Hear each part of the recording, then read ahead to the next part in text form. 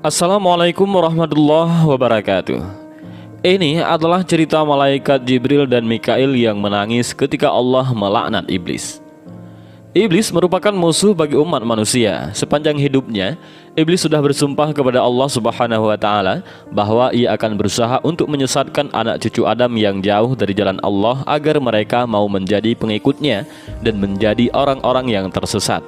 Untuk itu, marilah kita lebih mendekatkan diri kepada Allah Subhanahu wa taala agar kita tidak terhasut oleh tipu daya iblis. Tapi, tahukah Anda bahwa jauh sebelum Nabi Adam diciptakan, iblis adalah merupakan makhluk yang mulia di sisi Allah dan merupakan salah satu makhluk yang paling dihormati oleh malaikat. Kasih sayang Allah terbesar kepada iblis adalah bahwa yang pertama, dia telah mendapatkan taufik untuk menyembah Allah Subhanahu wa taala. Yang kedua, karena ibadahnya yang banyak, dia dimasukkan ke dalam kumpulan para malaikat. Dan sebaik-baik pertolongan Allah kepadanya adalah ia menjadi teman pendamping para malaikat sehingga dapat memahami keindahan, kesucian dan kebersihan mereka. Saking mulianya iblis pada masa itu, dalam sebuah kitab karangan Imam Al-Ghazali menyebutkan bahwa iblis itu sesungguhnya namanya disebut sebagai Al-Abid ataupun ahli ibadah pada langit pertama. Lalu langit yang kedua disebut Az-Zahid. Kemudian langit ketiga namanya disebut Al-Arif. Dan pada langit keempat namanya adalah Al-Wali. Pada langit kelima namanya disebut At-Taqi. Pada langit keenam namanya disebut Al-Kazin. Dan pada langit ketujuh namanya disebut Azazil. Manakala dalam Lauhul Mahfud ataupun Lauh Mahfud namanya ialah iblis. Dikisahkan iblis dulunya adalah ahli ibadah yang tidak pernah membangkang dan mengeluh terhadap perintah-perintah Allah. Ia pernah bersujud kepada Allah Subhanahu wa taala selama 1000 tahun lamanya dan ia sangat giat dalam beribadah. Bahkan iblis pernah menjadi Sayyidul Malaikat ataupun penghulu ataupun pemimpin para malaikat dan Khazinul Jannah ataupun bendahara surga. Namun, lama-kelamaan iblis menjadi sombong dan angkuh. Ia menganggap bahwa dirinya adalah makhluk yang paling tinggi derajatnya di antara makhluk-makhluk Allah yang lain. Hingga pada suatu saat, ketika Allah baru saja menciptakan Adam sebagai manusia, maka Allah memerintahkan iblis untuk bersujud kepada Adam. Lalu iblis berkata, "Adakah engkau mengutamakannya daripada aku, sedangkan aku lebih baik daripadanya? Engkau jadikan aku dari api, dan engkau jadikan Adam daripada tanah." Kemudian Allah berfirman kepada iblis, "Aku membuat apa yang aku kehendaki." Oleh karena itu, iblis memandang dirinya penuh keagungan. Maka dia enggan sujud kepada Adam karena ia merasa bangga dan sombong. Dia berdiri tegak hingga malaikat selesai bersujud. Ketika para malaikat mengangkat kepala mereka, mereka mendapati iblis tidak bersujud, sedang mereka telah selesai sujud. Maka para malaikat bersujud kembali untuk kali kedua karena bersyukur. Tetapi iblis telah dirasuki oleh sifat angkuh dan sombong, tetap enggan untuk sujud. Dia berdiri tegak dan berpaling dari para malaikat yang sedang bersujud. Dia tidak ingin mengikuti mereka dan tidak pula dia merasa menyesal atas pembangkangannya terhadap Allah Subhanahu wa taala. Kemudian Allah merubahkan mukanya pada asalnya yang sangat indah cemerlangan ke bentuk hina yang menyerupai babi hutan. Allah membentuk kepalanya seperti kepala unta, dadanya seperti daging yang menonjol di atas punggung. Wajah yang ada di antara dada dan kepala itu seperti wajah kera. Kedua matanya terbelah pada sepanjang permukaan wajahnya. Lubang hidungnya terbuka seperti cerek tukang bekam. Kedua bibirnya seperti bibir lembu. Taringnya keluar seperti taring babi hutan dan janggut terdapat sebanyak 7 helai. Setelah itu Allah mengusirnya dari surga, bahkan dari langit, dari bumi dan ke beberapa jazirah. Dia tidak akan masuk ke bumi melainkan dengan cara sembunyi. Allah melaknatnya hingga hari kiamat karena dia menjadi kafir. Meski iblis pada sebelumnya sangatlah indah cemerlang rupanya, mempunyai sayap 4, banyak ilmu, banyak ibadah, serta menjadi kebanggaan para malaikat dan pemukanya, dan dia juga pemimpin para malaikat karubiyun dan banyak lagi, tetapi semua itu tidak menjadi jaminan sama sekali baginya. Ketika Allah membalas tipu daya iblis, maka menangislah malaikat Jibril dan Mikail. Lalu Allah Subhanahu wa taala berfirman kepada para malaikat, "Apakah yang membuat kamu menangis?" Lalu mereka menjawab, "Ya Allah, kami tidaklah aman dari tipu dayamu." Kemudian Allah kembali berfirman kepada malaikat, "Begitulah aku, jadilah engkau berdua tidak aman dari tipu dayaku." Setelah diusir dari surga, maka iblis berkata, "Ya Tuhanku, Engkau telah mengusir aku dari surga disebabkan Adam. dan aku tidak menguasainya melainkan dengan penguasaanmu.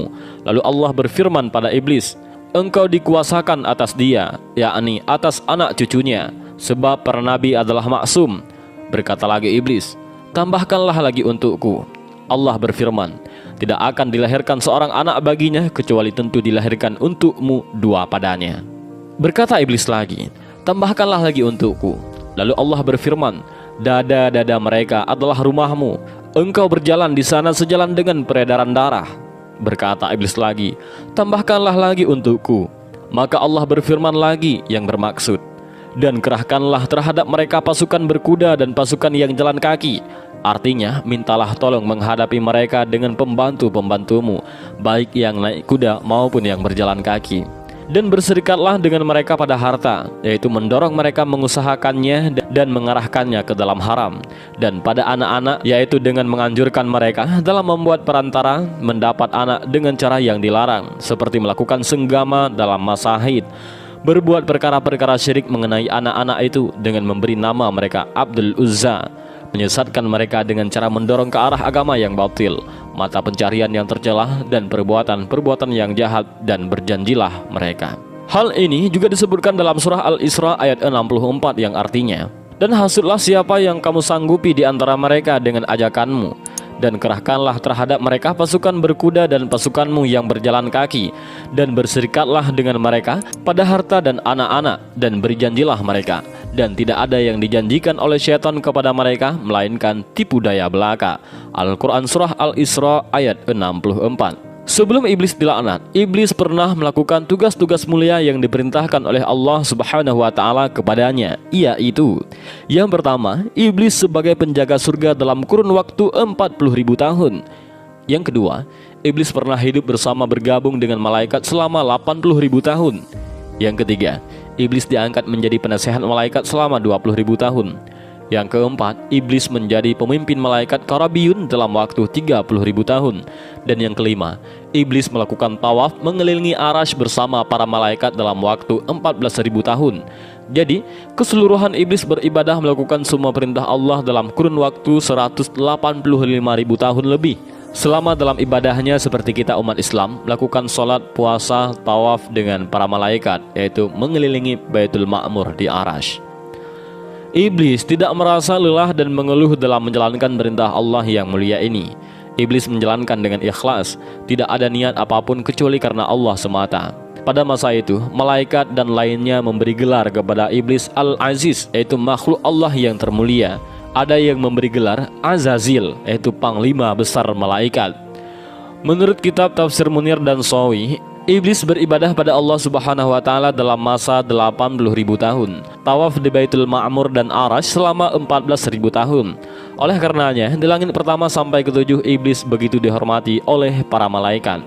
Malaikat di penjuru alam semesta, dari bumi, langit, Baitul Ma'mur, Arash, dan sebagainya, mereka semua menghormati pada iblis sebagai makhluk Allah yang terhormat dan termulia. Sehingga bila iblis lewat di depan para malaikat, maka malaikat menghormati pada iblis, bagaikan penghormatan prajurit kepada komandannya, pengawal istana pada rajanya, sehingga terhormatlah nama iblis di penjuru alam semesta. Namun sayang, di Lauhul Mahfuz, tulisan iblis terselubung rapi, tidak satupun makhluk yang tahu kecuali Allah. Tertera Al-Kafir, Al-Mal'un, iblis ingkar dan terkutuk. Dalam sumber lain, iblis pada mulanya bernama Azazil dan tinggal di bumi. Azazil adalah jin yang taat kepada Allah, dan memang iblis sebenarnya adalah dari golongan jin seperti pada firman Allah Subhanahu wa Ta'ala. Dan ingatlah ketika kami berfirman kepada para malaikat, sujudlah kepada Adam, maka sujudlah mereka kecuali iblis. Dia adalah dari golongan jin, maka ia mendurhakai Tuhannya. Al-Quran Surah Al-Kahfi ayat 50. Dia menyembah Allah Subhanahu wa Ta'ala selama 1000 tahun. Lalu Allah Subhanahu wa Ta'ala mengangkatnya ke langit pertama. Di langit pertama, Azazil beribadah menyembah Allah selama 1000 tahun. Kemudian dia diangkat ke langit kedua. Begitu seterusnya hingga akhirnya dia diangkat menjadi imam para malaikat. Apapun perintah Allah Subhanahu wa Ta'ala kepada malaikat juga adalah perintah baginya, karena dialah imam para malaikat yang memimpin malaikat. Azazil adalah imam dari seluruh malaikat, Al-Muqarrabun, Imamul Jami'ul Malaikah. Ada riwayat yang menyatakan bahwa Azazil beribadah kepada Allah selama 80.000 tahun dan tiada tempat di dunia ini yang tidak dijadikan tempat sujudnya kehadirat Allah Subhanahu wa taala. Dalam suatu riwayat menceritakan, malaikat Israfil melihat yang tersurat di Lauhul Mahfud ada tercatat satu suratan yang berbunyi, adanya satu hamba Allah yang beribadah selama 80.000 tahun, tetapi hanya karena satu kesalahan, maka ibadah hamba itu tidak diterima Allah dan hamba itu terlaknat hingga hari kiamat. Maka menangislah Israfil karena bimbang makhluk yang tersurat di Lauhul Mahfud itu adalah dirinya. Maka diceritakanlah Israfil kepada segala malaikat pengalamannya melihat apa yang tersurat di Lauhul Mahfud. Maka menangislah sekalian para malaikat karena takut dan bimbang dengan nasib mereka. Lalu semua malaikat datang menemui Azazil yang menjadi imam para malaikat, agar Azazil mendoakan keselamatan dunia dan akhirat kepada seluruh malaikat. Azazil pun mendoakan keselamatan di dunia dan di akhirat kepada seluruh malaikat dengan doa, "Ya Allah, janganlah Engkau murka terhadap mereka para malaikat." Namun Azazil lupa untuk mendoakan keselamatan untuk dirinya. Setelah mendoakan semua para malaikat, Azazil terus menuju ke surga. Di atas pintu surga, Azazil terlihat suratan yang menyatakan, ada satu hamba di kalangan hamba-hamba Allah yang mukarrabin yang diperintahkan Allah untuk membuat satu tugasan, tapi hamba tersebut mengingkari perintah Allah, lalu dia tergolong dalam golongan yang sesat dan terlaknat. Lalu Allah menciptakan Adam alaihissalam dan memerintahkan malaikat untuk sujud menghormat kepada Adam. Azazil sebagai imam para malaikat sepatutnya lebih dulu bersujud memimpin para malaikat, tetapi dia menolak karena dia merasa bahwa dirinya lebih baik daripada Adam. Sementara para malaikat lain terus sujud tanpa dipimpin oleh Azazil. Bukan saja enggan sujud, Azazil malah sombong dan menjawab kepada Allah, "Dan ingatlah tatkala kami berfirman kepada para malaikat, sujudlah kamu semua kepada Adam, lalu mereka sujud kecuali iblis. Dia berkata, apakah aku akan sujud kepada orang yang engkau ciptakan dari tanah?" Al-Quran Surah Al-Isra ayat 61. Kesombongan iblis ini berpuncak pada iri hati dan kedengkian iblis terhadap Adam. Ia tidak terima karena Allah akan menciptakan Adam sebagai khalifah di bumi, karena ia merasa lebih mulia daripada Adam yang diciptakan dari tanah, sedangkan ia lebih mulia karena diciptakan dari api. Ia durhaka kepada Allah, takabur dan lupa akan dirinya di mata Allah. Tak seharusnya ia membangkang perintah Tuhannya. Maka setelah itu, iblis akhirnya diusir dari surga. Namanya dirubah menjadi iblis dan dia bersumpah akan menyesatkan manusia di bumi. Dia iblis berkata, "Terangkanlah kepadaku, inikah orangnya yang engkau muliakan atas diriku? Sesungguhnya keturunannya kecuali sebahagian kecil." Al-Quran Surah Al-Isra ayat 62. Kemudian Allah berfirman, Tuhan berfirman, "Pergilah barang siapa di antara mereka yang mengikuti kamu, maka sesungguhnya neraka jahanam adalah balasanmu semua, sebagai suatu pembalasan yang cukup." Al-Quran Surah Al-Isra ayat 63.